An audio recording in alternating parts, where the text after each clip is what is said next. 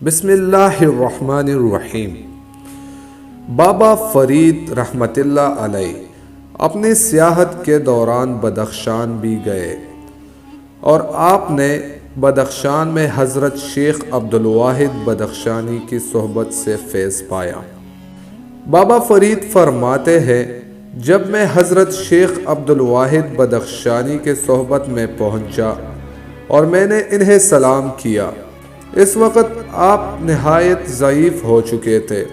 بابا فرید فرماتے ہیں کہ حضرت شیخ عبدالواحد بدخشانی شہر سے باہر ایک غار میں مقیم تھے۔ آپ کا ایک ہی پاؤں تھا جس پر آپ عالم حیرت میں کھڑے رہتے تھے۔ میں نے جب سلام کیا تو میرے سلام کا جواب دینے کے بعد فرمایا کہ بیٹھ جاؤ، اور پھر دوبارہ عالم حیرت میں کھو گئے، یہاں تک کہ 3 دن اور 3 راتیں اسی حال میں گزر گئی۔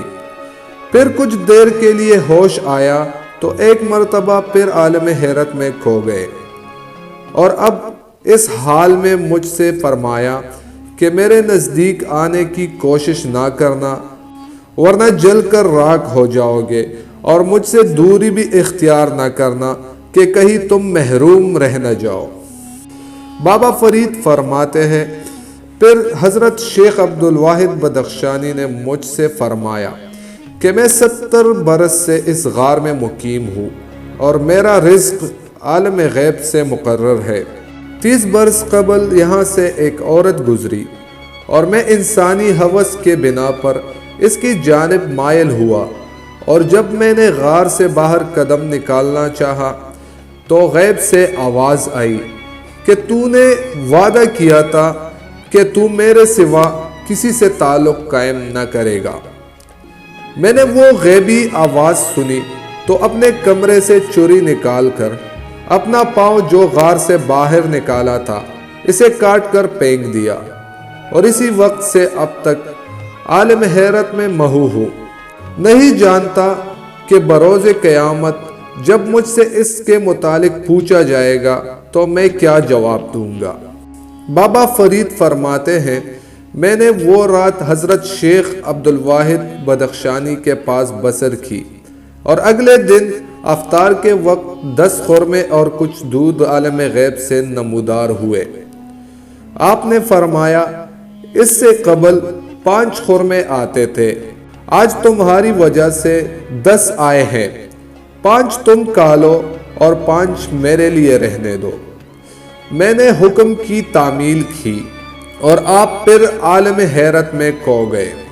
بابا فرید فرماتے ہیں کہ اس دوران حاکم بدخشاں آیا اور اس نے غار کے باہر حضرت شیخ عبدالواحد بدخشانی کو سلام کیا اور عرض کیا کہ حضور حاکم سوستان کے کارندے نے میرا مال ناحق ضبط کر لیا ہے، میں آپ سے اجازت لینے آیا ہوں کہ میں ان کے خلاف جنگ کروں۔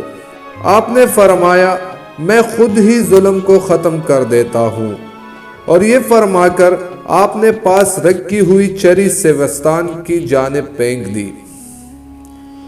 کچھ دنوں بعد خبر ملی کہ سوستان سے کچھ لوگ آئے ہیں جو حاکم بدخشاں کا مال لوٹانے آئے ہیں، اور ان لوگوں نے بتایا کہ کچھ دن قبل حاکم سوستان دربار میں بیٹھا ہوا تھا کہ دیوار شک ہوئی اور اس میں سے ایک ہاتھ نمودار ہوا جس نے چوری پکڑی ہوئی تھی، اور اس نے وہ چوری حاکم سوستان کو ماری اور اس کی گردن تن سے جدا ہو گئی۔ پھر سب نے ایک آواز سنی کہ یہ عبدالواحد بدخشانی کا ہاتھ تھا، جنہوں نے ظالم کے ظلم سے لوگوں کو نجات دلا دی۔ بابا فرید فرماتے ہیں کہ میں کچھ عرصہ شیخ عبدالواحد بدخشانی کے پاس مقیم رہا، اور میں نے آپ سے بے پناہ فیوز و برکات حاصل کیے، اور پھر آپ کی اجازت کے بعد وہاں سے رخصت ہو گیا۔